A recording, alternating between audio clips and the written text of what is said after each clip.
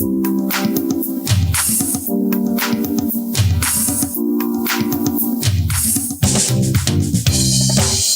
to Politics Done Right. I am your host, Egberto Willies. This is a progressive program that will take the mystery out of politics. This is the program that will encourage you to make sure government becomes we the people. Whether you are liberal, progressive, conservative, or otherwise, you get to air your point of view. We are an independent media outlet that, unlike mainstream media beholden to corporations, we only owe allegiance to you. Remember, you can also send me a tweet at EGBERTOWILLIES. That is at Egberto Willies. Let us engage. It is Politics Done Right. Welcome to Politics Done Right. From the studios of KPFT 90.1 FM Houston, your community radio station. We have a great program for you today. Anthony Ciaccia, he's going to be in the house. You know what he's going to be talking about?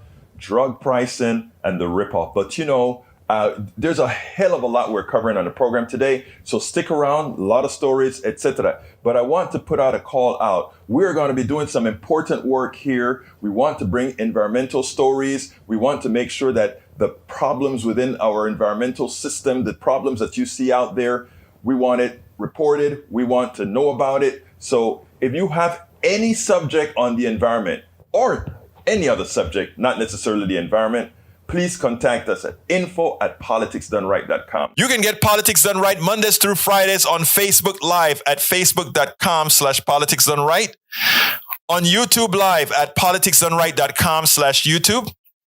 Please do not forget to follow me on Twitter for updates. My handle is at Egberto Willies, at EGBERTOWILLIES. Before you get started, please remember to keep your community radio station in your minds, KPFT in your minds. Talk about it. Tell your friends about it. Tell them you know about this station in town, 90.1 FM Houston, that needs your support, that is there to provide that nourishment that we need. 713-526-5738. KPFT.org. Visit us online. Contribute online. KPFT 90.1 FM. You can visit us at kpft.org. Folks, you know what time it is. Let's get busy. This is how Democrats should talk about Build Back Better. In 2016, 55.6% of Montana voters voted for Donald Trump for president and then watched for 4 years as he repeatedly scheduled the infrastructure week that never came. Donald Trump never introduced an infrastructure bill. Donald Trump never got a vote in any congressional committee or in the House or in the Senate on infrastructure. And when he ran for re-election, Donald Trump got even more votes in Montana, 56.9% of the vote. Today, on NBC Montana Today, the state's Democratic Senator John Tester told the voters who voted against Joe Biden what they will be getting in the bipartisan Biden infrastructure bill that the president signed into law last week. It deals with infrastructure like roads and bridges and water systems and electrical transmission and broadband. It's a big bill. It's the biggest investment in infrastructure ever in this country. And it's going to do some great things for Montana. It's going to help us push our economy forward and reduce the cost of doing business. So it's a very good bill. It was I helped negotiate it over 8 months, and it's good to see it get signed into law. And now we'll be looking forward to the projects when they hit the ground here in Montana. Now, that is a senator in a red state that voted overwhelmingly for Donald Trump, not at all scared to come out and said, I helped this bill that's going to help us all. And he's already come out and stated with the Build Back Better bill that he also is in support of those provisions, including those that have things like family leave, etc. He knows that that is what people want. And if he can explain it in his place, he would. Recently, I've been talking a whole lot about the media misleading. And when you catch it in real time, in other words, we've showed Stephanie Rule correcting the media, if she's a part of. We've saw the president correcting the media where after the fact, where they're not empty shelves that he's talking about. But when it is done in real time, it is even sweeter. It is sweeter. I want you to see what this pollster, this person, did to Chuck Todd as he tried to spin a false narrative. I want you to listen in detail. The guy was very magnanimous in the way he did it, but he didn't let the false narrative from Chuck Todd go unanswered. Check this out. We'll take it on the other side.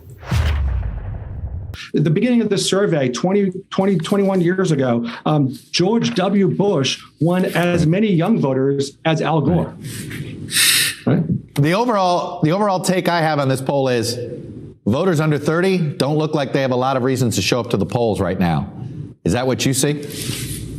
Actually, thankfully not. They've got more reasons to show up to polls than ever. And we saw that, as I said, turnout in 2018 for midterm was at record highs, and we're tracking actually the same number at this stage of this midterm election. So the depression isn't impacting. Sometimes you worry about that. The depression could impact the interest in the election, or people just sort of giving up hope. Forget it. It doesn't matter.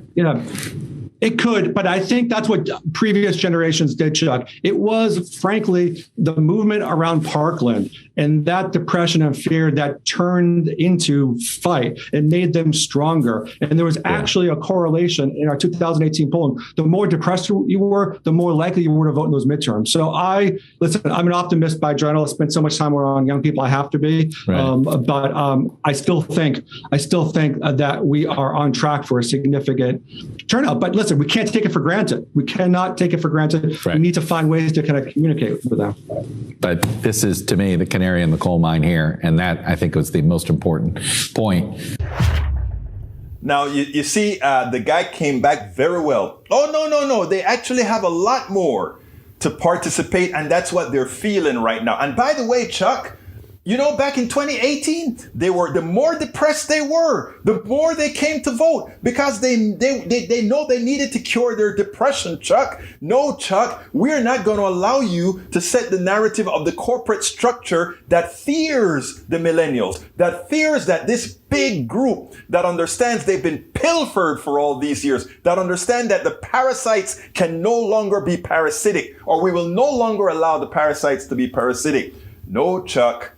We're not going to allow you to somehow depress them into not voting. In fact, Chuck, the more they're depressed, the more they will come out to vote because they want the antidote to that depression. You see what I'm saying? Caught in real time, trying to change the real narrative. Just like they did with the empty shelves, just like they did with the price of gasoline. It's coming down. It's not reported. The shelves are filled. It's not reported. But if they're empty, you blast it all over. But if the gas prices goes up, it's all over. Let's understand the concept. Let's make sure independent media is what we actually work for, folks, because that is what happens when you allow the corporate media's only voice to be the voice. Listen to Joe Biden handle the media at the same time that he defends his Build Back Better. Check this out. Mr. President, thank you so much for having me here today. I'm so honored to be here to talk about an issue that is deeply personal to me, addressing the high cost of insulin and to tell my story. Imagine every day having to ask questions like, should I pay my rent? Or should I risk death by foregoing my medication? Should I buy groceries or my insulin and other necessary supplies related to diabetes? I had to make this choice relentlessly without relief every day. In 2012, at the age of 21, I was diagnosed with type 1 diabetes. Due to unforeseen circumstances, there came a time where I could no longer afford my insulin. I was forced to ration my supply of drug that is as vital to me as water. I felt myself growing weaker and weaker each day. I could actually feel myself slowly dying. One day I was rushed to the hospital where they told me I was in diabetic ketoacidosis, a life-threatening and potentially deadly complication of my illness. I slipped into a diabetic coma and I could have died. This was a terrifying incident. I was ashamed that I couldn't afford my life-saving medication. I didn't want to ask for help. I shouldn't have to ask for help. Insulin and healthcare should be affordable. Ever since my diagnosis, the cost of my diabetic medicine has dictated everything from what kind of job I can take, whether I can set aside some money for savings.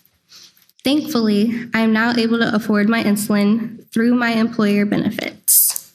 I'm fortunate, but I know there are thousands of people facing this struggle.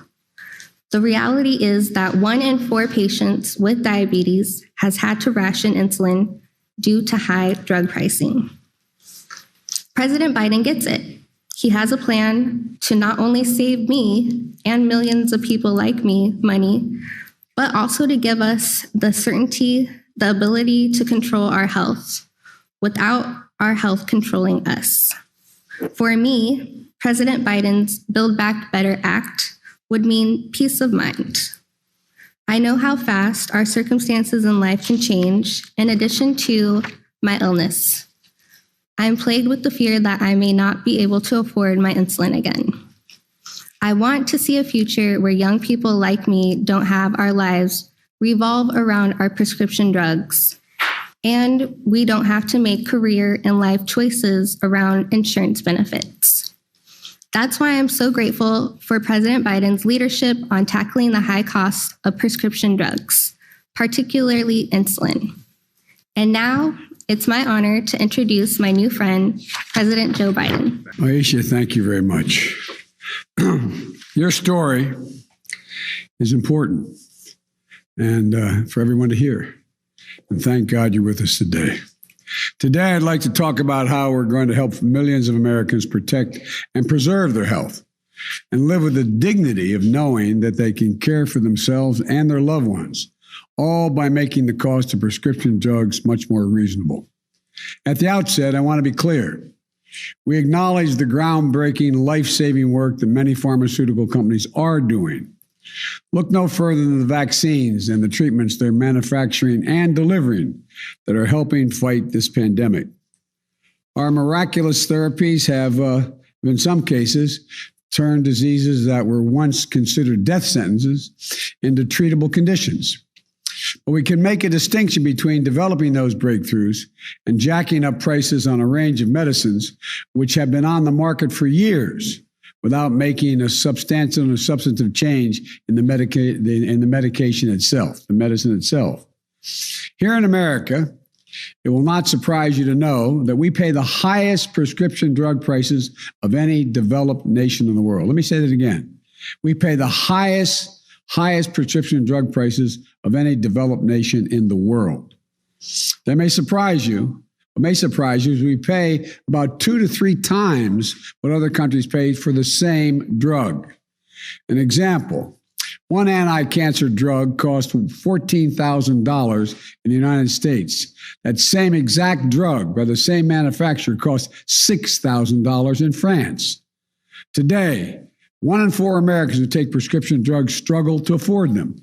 Nearly 30% of these patients have skipped doses of essential drugs that they have to take.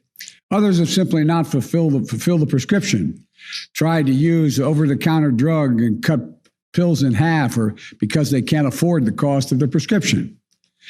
You know, even if you think this doesn't affect you, it does. Everyone has less money in their pockets because high drug costs make health insurance more expensive for everyone.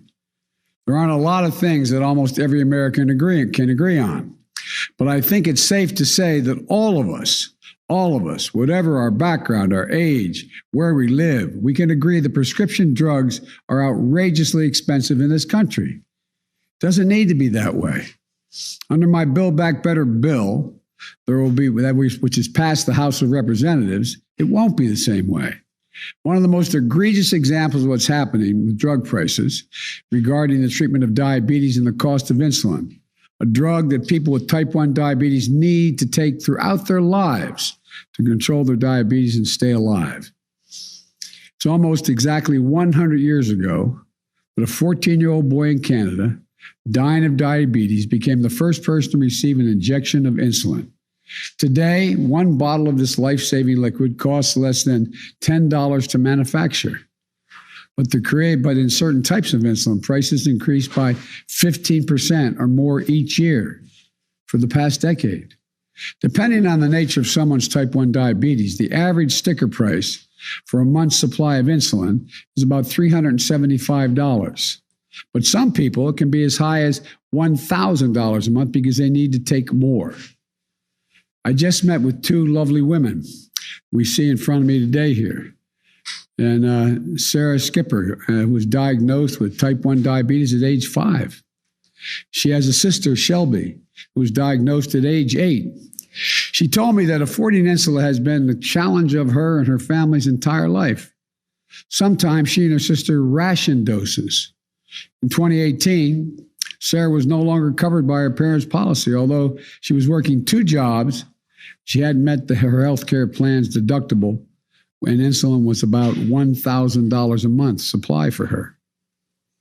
So she started sharing her sister's insulin from the same vial. At one point, because Shelby thought Sarah had taken her dose, that Shelby cut a dose in half because the bottle was sitting there and it would look like it was half empty. Is that correct? And at that time, she thought, well, I guess what? I guess she hadn't taken it yet. Shelby had been hospitalized as a consequence for 4 days, working 2 jobs, sharing insulin from the same vial in America. Shame on us as a nation. We can't do better than this. Sarah's about to start a new job and doesn't yet know what the insulin will cost. Sarah said, this is a quote, I wish I could make a decision that didn't include diabetes. She shouldn't have to ask such a question. You know, I think about what just happened with Aisha, who's diagnosed with diabetes 3 days before her 21st birthday, having to choose between rent and groceries and medication. Quote, relentlessly, without relief every day was your quote to me. Having to ration her supply and feeling herself, as she says, slowly dying, she ended up in a coma.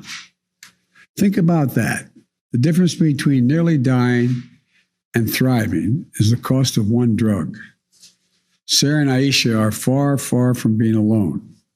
It's estimated that 34 million Americans, 10% of the population, have diabetes, including more than 1.5 million who have type 1 diabetes, requiring daily doses of insulin in varying quantities. Remember, all of this stress, hardship, suffering, and sacrifice is due to a drug that costs just a few bucks to make. One study found that Americans pay 10 times as much as other countries for insulin. These price increases are about companies looking to maximize profits and nobody standing up for the patients. Nobody with the power to do something about it. It's enough. Nobody has held the manufacturers accountable until now. My Build Back Better bill takes 3 key steps to lower the cost for families dealing with diabetes. First, we're going to cap cost sharing for insulin at $35 per month. That means you can't get charged more than $35 at a pharmacy counter for your insulin. That's across the board. Whether you get health insurance through private policy, the Affordable Care Act marketplace, or through Medicaid, nobody is going to pay more than $35 for each month for insulin. Second, for people who don't have health insurance, we're helping you get insurance. That way, people with diabetes can get protected with that $35 copay cap. People who are uninsured today can visit healthcare.gov to check out the options. In many cases, people can get a full health care plan, including coverage for insulin and other prescription drugs, doctor visits, and hospitalizations for less than $10 a month if you sign up for the plan. If you live in a state that has refused to expand Medicaid under the Affordable Care Act, my Build Back Better bill is going to fix that as well. These changes are going to ensure access to affordable coverage for millions more Americans and help more people with diabetes get coverage they desperately need. Third, we're going to end the days when drug companies could increase their prices with no oversight and no accountability. Going forward, drug companies that increase their prices faster than inflation are going to face a steep excise tax. In other words, if you're saying to drug companies, if you're finally doing it because to be accountable, when your prices to the American people go up, you're going to be accountable. This is important, not only from a health standpoint, but from the standpoint of personal dignity.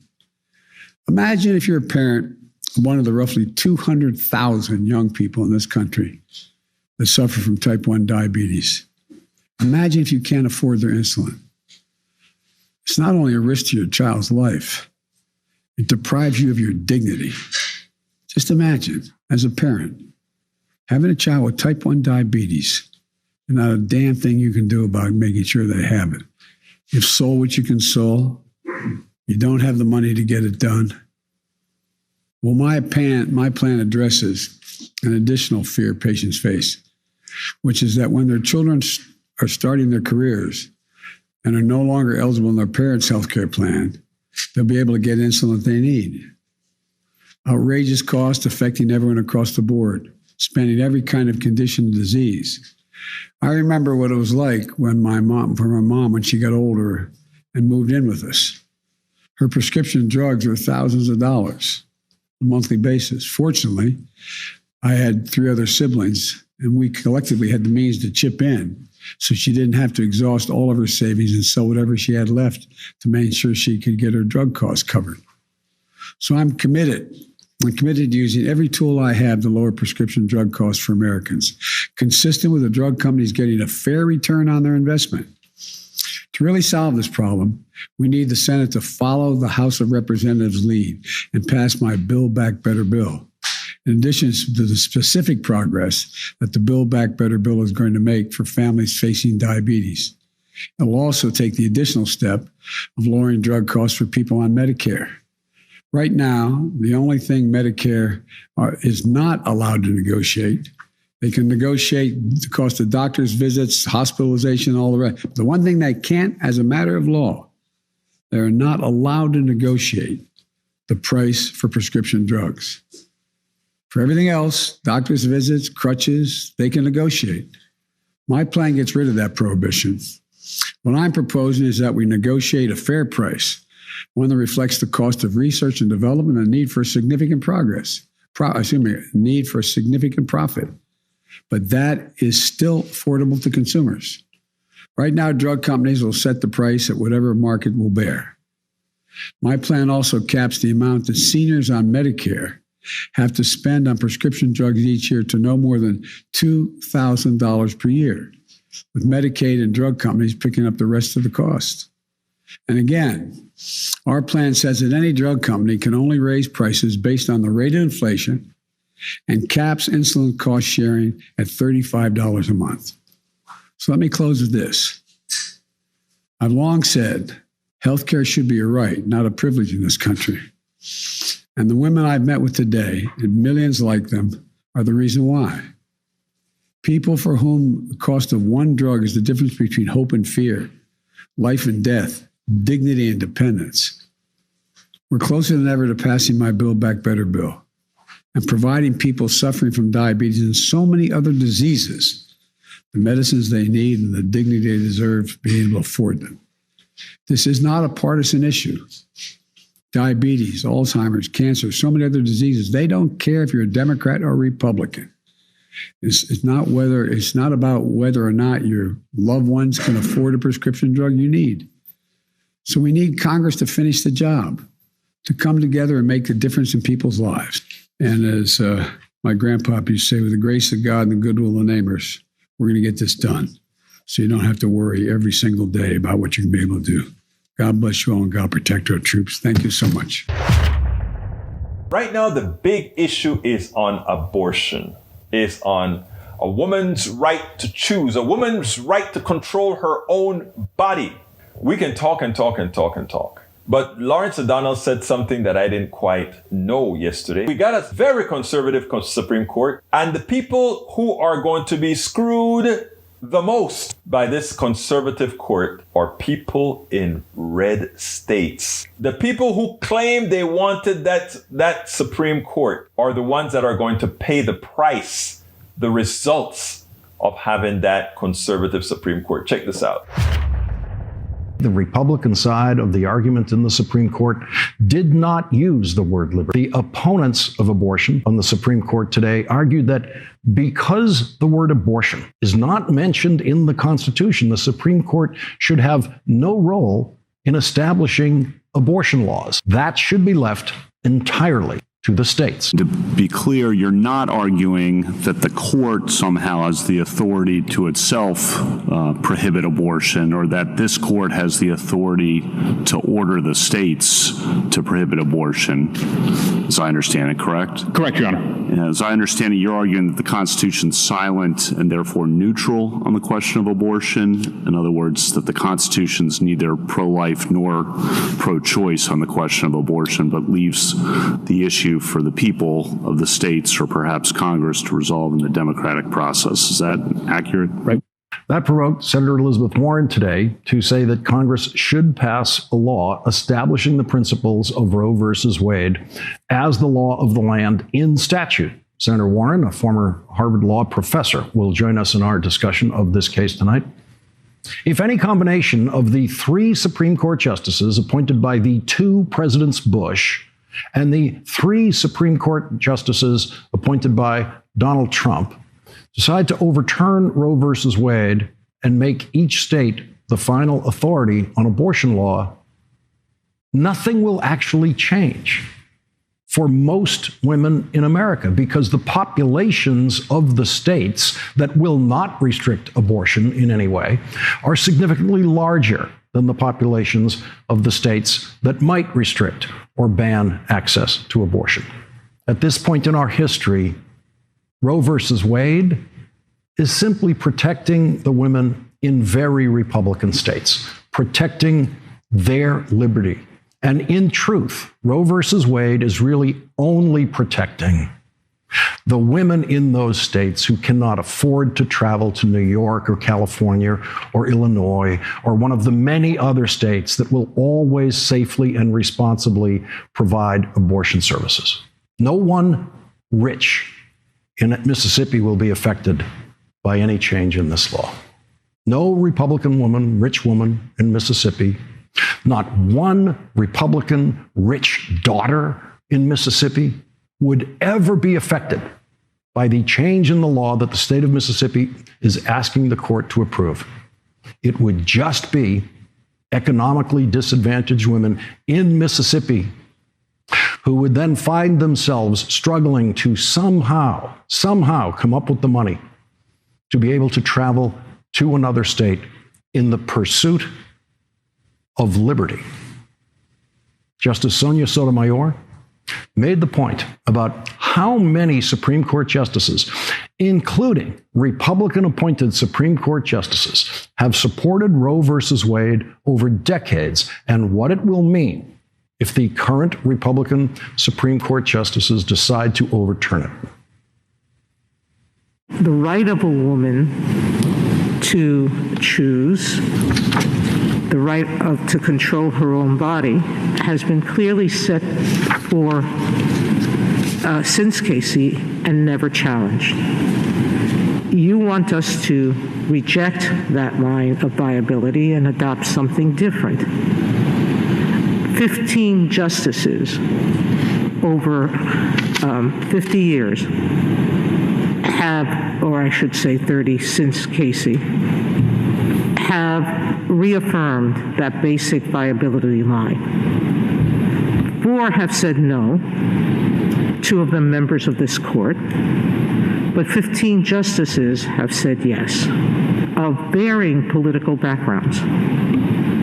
Now, the sponsors of this bill, the House bill in Mississippi, said we're doing it because we have new justices. The newest ban that Mississippi has put in place, the 6-week ban, the Senate sponsor said we're doing it because we have new justices on the Supreme Court.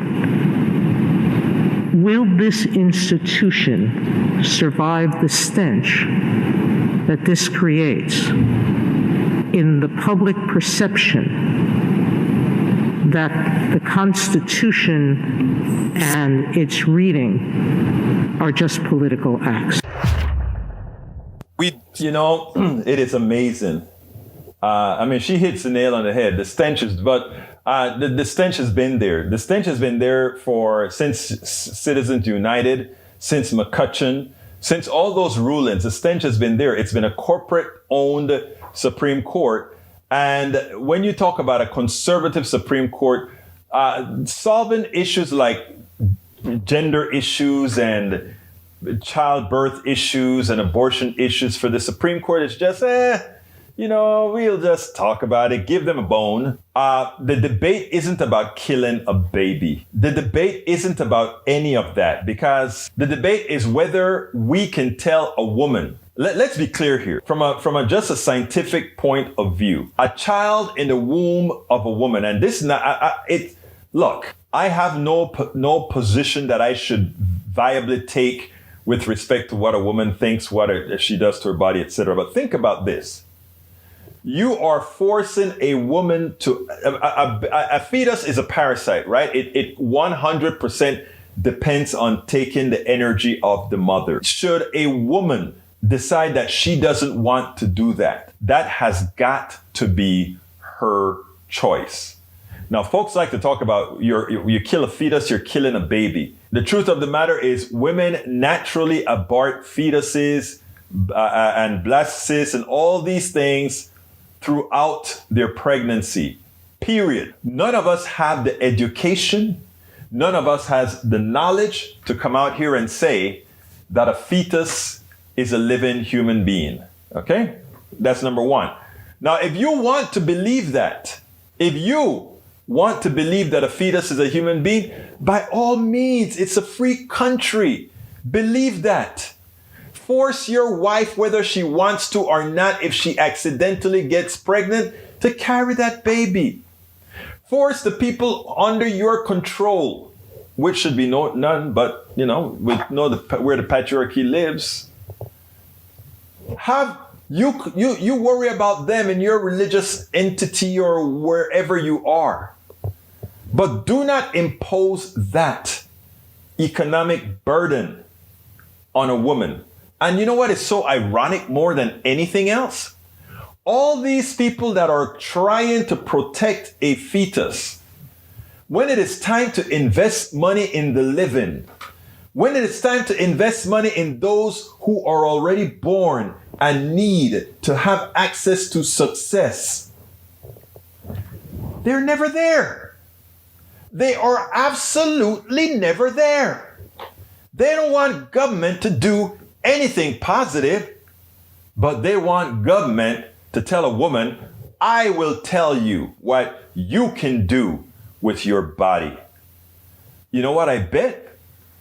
If they said to men, in other words, we cut a piece of your thing off if you impregnate a woman, I bet if you said that, the laws would change. I bet if men could carry babies and it affected their careers, I bet they'll find some other way to talk about it. But you see, in a patriarchal society where everything is governed by the penis, until we extricate that false patriarchy out of it, we'll continue to get those things. I tell you, there's one thing. I grew up a chauvinist. I grew up a sexist. I grew up all those things. But you know what was interesting? Having a daughter, because I remember telling her when she was young, go to that pastor and ask that pastor, why can't women be pastors too? In her church, the women did most of the work, yet all the men were deacons and sporting their waiting for the women to do things, right?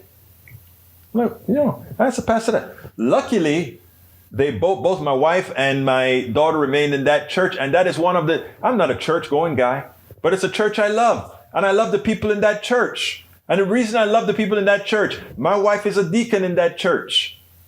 Women are deacons in that church. Women are preachers in that church. Women are doing everything men do in that church. Equity. But you know what? When it comes to anything else, we know what it's all about. We actually know what it's all about. Something telling happened today. The president went on and he spoke about the great employment numbers. I mean, the economists wanted more, but we know that over the last several months, the employment numbers have been coming in sort of very low, and then they've been sky high a few months after the adjustments are made. But anyhow, he came and he spoke also about the supply chain. There are 40% less containers on the docks. Where he was able to help facilitate, put in these private sector companies together so that things would work more efficiently. The administration came together and did that. In other words, the government came to bail out the private sector once again. But it's interesting because with all the bailout that the government has been doing for the private sector and getting products to market, etc., the media is still showing empty shelves in their news reports, right? It's like if they did the news reports a long time ago and they refuse to show America what's really going on because it doesn't fit the narrative. Well, today, in a previous video that I did with the president, he went ahead and he called them out. He said, I just spoke to all these CEOs and all of them are telling me the shelves are full. And I then see a report a few days after, when I'm done, that the shelves are empty. Maybe you guys need to go back and do your job. And to Stephanie Rule from MSNBC, she came out and she told the truth.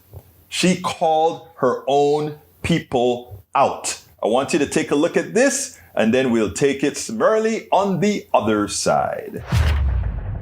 Here's the thing. The president is certainly underplaying this jobs report. But what's really important to remember, for the last few months, Michael noted it, the jobs report numbers keep getting revised up over the last few months because the way we're getting this information is obviously getting more difficult during COVID. But look at the household survey. You mentioned it at the top. We're seeing unemployment tick down, and we've got the highest number of Americans back on the job since pre-pandemic. To say that the jobs picture isn't good in America right now is absolutely false. But I credit the president in terms of messaging. He really took a swipe at the media, and he had a right to, talking about supply chain issues. We still have supply chain delays. Remember, the U.S. government cannot control all of the supply chain. It's global. But things are improving. In the last week alone, we heard from the Target CEO saying their inventory is up 18%. Walmart inventory is up 11.5%. I spoke to the Mattel CEO, said shelves are full and we're ready for the holidays. And the president said he told this to the American people, and then he turned on the news, and what is he seeing? Empty shelves. That's really not the picture. Things are more expensive. It's difficult, but this whole argument that Santa isn't going to be here for Christmas isn't true. And to the gas prices point, he also has a point. Reporters were lined up at gas station after gas station waving their hands about gas prices, and you're hard pressed to find many reporters talking about gas prices dropping, but they are. Amazing. The price of gas has started falling. Are they out there saying, oh, finally, some of the work that the administration along with the private sector is doing is causing the price of... No, they have a vested interest in folks thinking we are in some sort of dire straits, that this particular president can't get the job done. Maybe they should have remembered to do that with Donald Trump, so that we would not have had an election that was so close that some Congress people won that shouldn't have won. Again, the media can set a narrative. If the media sets a bad, a false, a misleading narrative, Americans make the wrong choices. And that is the reason why we need independent media not tied to the corporate structure. Because the corporations have a vested interest in a president that would otherwise be popular based on the policies he support. They don't want that because they want those policies attenuated, because they know what those policies mean. less humongous, very evil type profits that they can no longer get if they have to pay their fair share, if they can no longer be the parasites to the average American citizen that many of them are. Today we have a special guest. We know what's going on in the pharmaceutical industry. We know what's going on in the healthcare industry in this country. And that's why we bring you some of these very intriguing guests who know what's going on within the system. Antonio Ciaccia, president of 3 Axis Advisors. He led government affairs for the Ohio Pharmacists Association, a trade organization with a strong track record of advocating for drug price and transparency. Antonio has since spent years studying the pharmacy marketplace, publishing several analyses on the drug pricing code, and pulling the rug out of what he believes is one of the most dysfunctional marketplaces in the world. He doesn't only believe that. Those listeners of Politics Know Right know that that is a statement of fact. El Señor Antonio Ciaccia, welcome to Politics Done Right. Hey, great to be with you today. Look, first of all, thank you for being here. We have a whole lot to talk about in a fixed amount of time. So let's go ahead and get busy on this. You were part of a new report, the PBM Accountability Project, that shed quite a bit of light on issues related to the drug industry. Tell me first about what's the genesis of that particular study? So as we know in the prescription drug world, things are really expensive and they're very complex. And to boil it down, drug makers are for-profit companies. They would love to charge as much as they could get away with.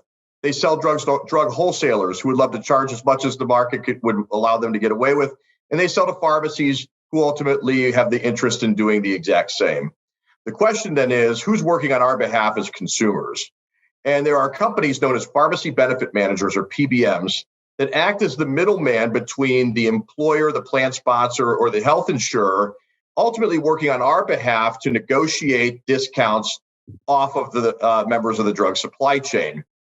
However, our research has shown, and not just our research, but more and more research done by others, is showing that PBMs who were once hired to make things cheaper have actually over time started making more and more money to the point where they're actually larger than the drug makers and pharmacies themselves at this point. I want to stop you right there because I want to come with a very important question.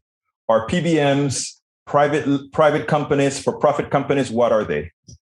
Yes, pharmacy benefit managers are for-profit.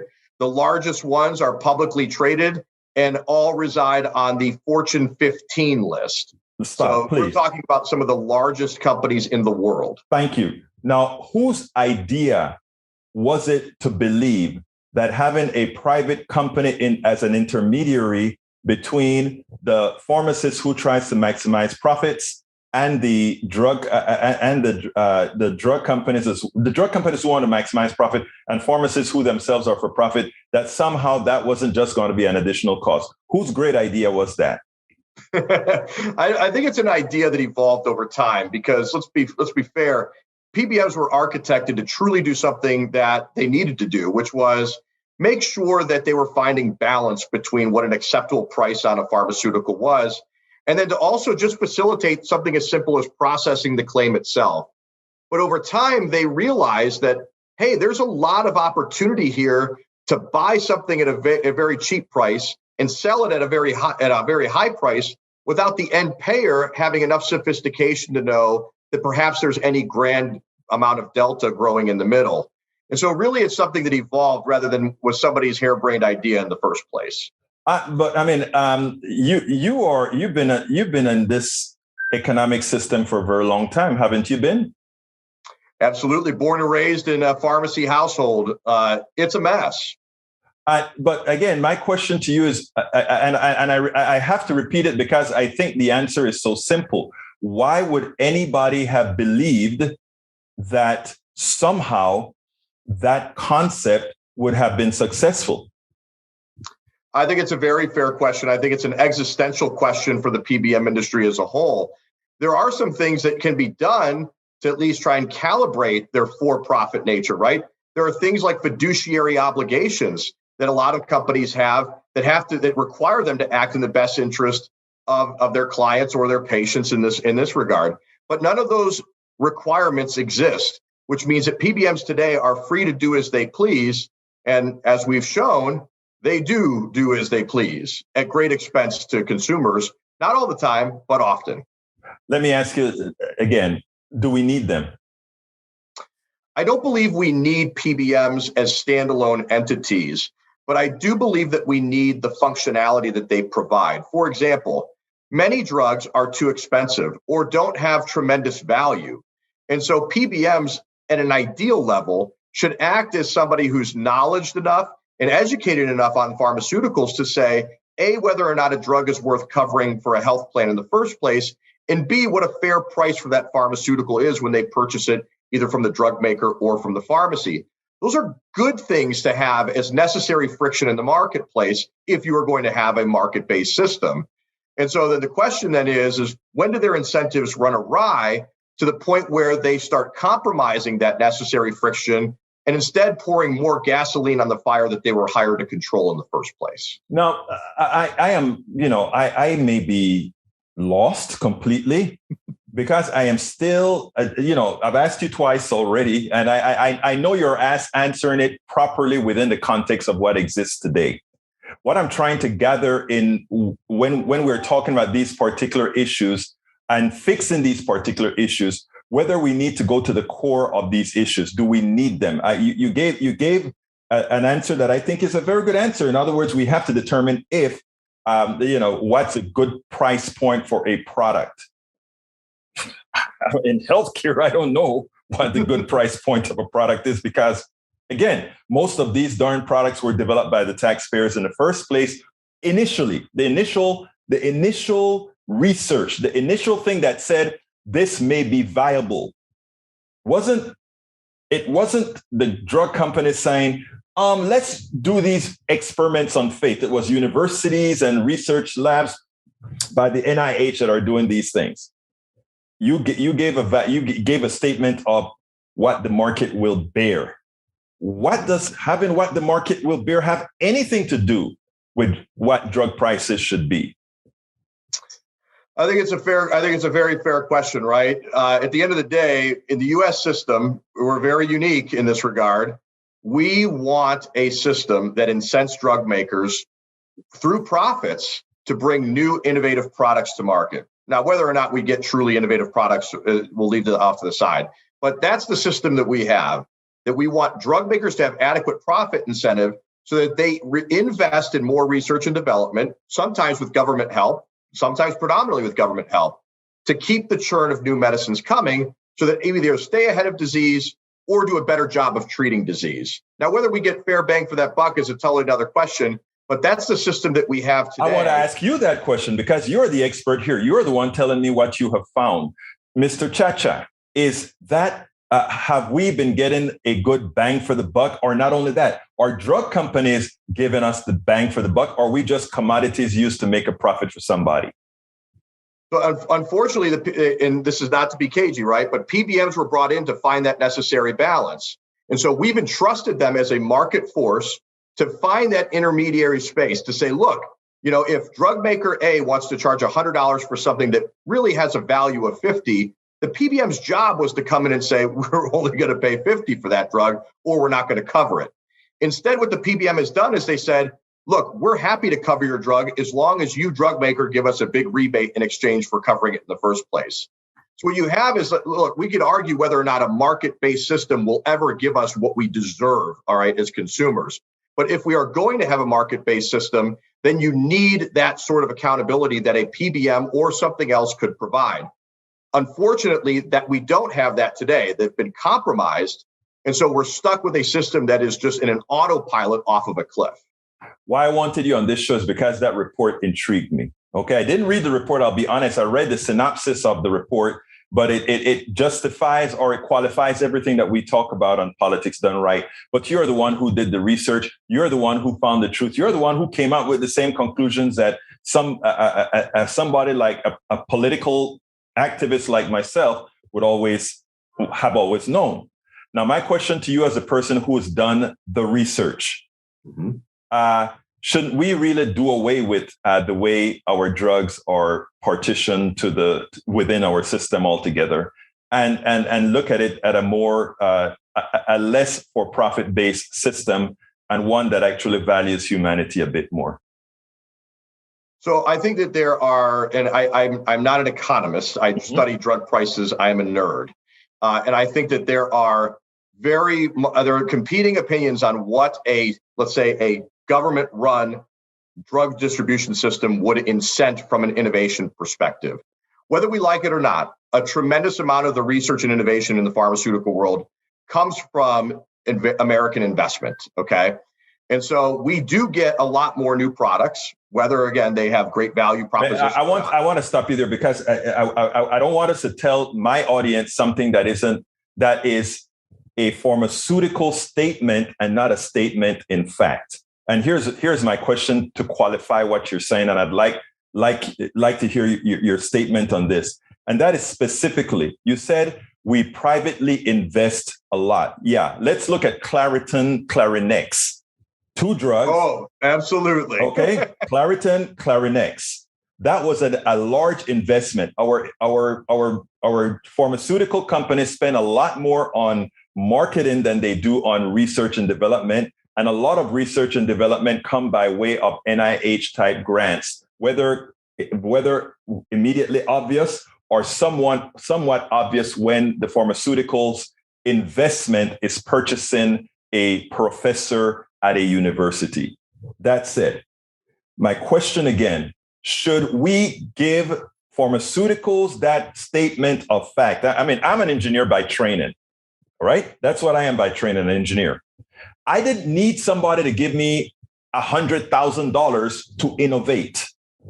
The people within the pharmaceutical companies, the engineers, the scientists, they're not the ones that partake of these great profits.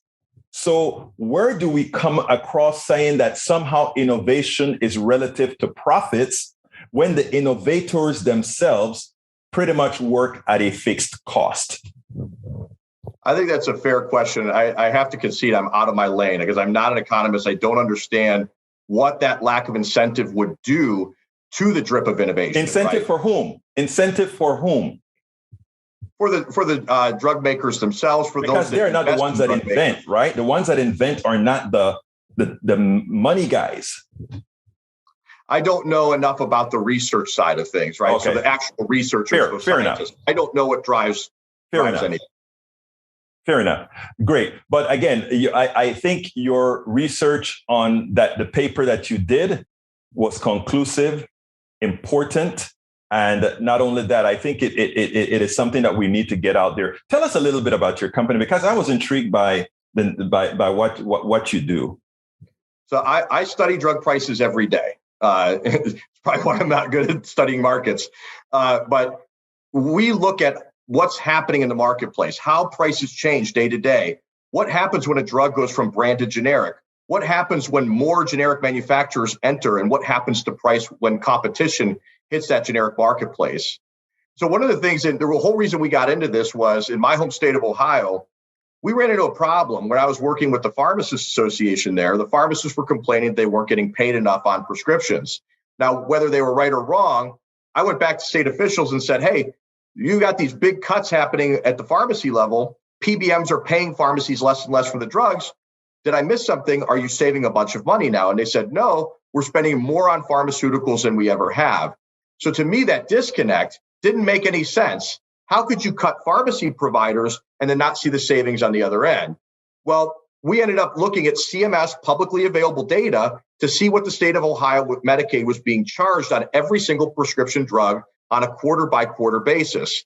And what we found was that over time, there was a growing gap between what pharmacies were paid and what the state was being charged. PBMs were taking advantage of the opportunity to slap hidden markups over top of those medications and not disclosing them back to state officials.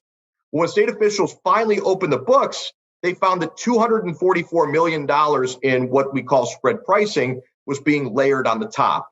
Now, again, without having a tremendous sophistication on drug pricing at the time, that was beyond me because everybody complains about drug prices, but how could the payers of healthcare, a state Medicaid program, not know about $244 million of just hidden markups, which taught me that we all complain about drug prices, but we have a very small understanding of how the sausage is made. And so we started doing what we do to expose what that sausage making process looks like. Mr. Ciaccia, let me just tell you, you are a very important, your research is a very important portion of this entire medical fraud that we have in this country. Now, I know you don't refer to it that way. You refer to it simply on mathematical and technical basis. And I think that is important to solve an interim problem. I think the problem is a lot deeper, and hope that studies like what you have done and studies by others will prove in my humble opinion, the fraud that not only our pharmaceutical system, but our entire medical system is compared to the rest of the world. It has nothing to do with innovation. Scientists and engineers like myself, we don't require the kind of funding that, or the kind of money and profit that's in the system. We never see it, in fact. We never do. But I want to thank you for, first of all, for what you do. Secondly, for coming here on Politics Done Right to expose it. But I always have a last question for everybody, and it's a free-for-all, free to say whatever the hell you want to say. What would you have liked me to ask you that I didn't?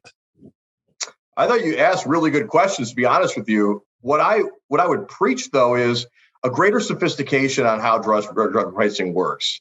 To your point, whether you think that this system needs a complete overhaul or you think we need an entirely different marketplace dynamic within healthcare, not just pharmaceuticals, to me, we deserve to know how our money is being spent on pharmaceuticals. You walk into a CVS pharmacy and buy an M&Ms, you're going to get a receipt that's 10 feet long. Yet when you buy drugs from the PBM that owns CVS pharmacy, they won't tell you how they spent the money. And that's true across the drug channel. It's a lot of money that we spend on pharmaceuticals in the United States. We deserve an itemized receipt so we could better understand how to better calibrate that marketplace, or in your instance, maybe make a decision to do away with it altogether. Antonio Ciaccia, president of 3 Axis Advisory. It really was my pleasure to speak to you, and I learned a lot from speaking to you based on your research. So thank you so kindly for having been on Politics Done Right. Thank you. You can get Politics Done Right Mondays through Fridays on Facebook Live at facebook.com/Politics Done Right. On YouTube Live at politicsdoneright.com/YouTube. Please do not forget to follow me on Twitter for updates. My handle is at Egberto Willies, at EGBERTO Remember, send your requests at info@politicsdoneright.com. info@politicsdoneright.com. That's it, folks. My name is Egberto Willies. This is Politics Done Right, and you know how I end this baby. I am what? Out.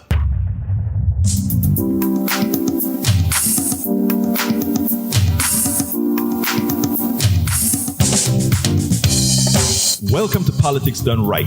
I am your host, Egberto Willies. This is a progressive program that will take the mystery out of politics.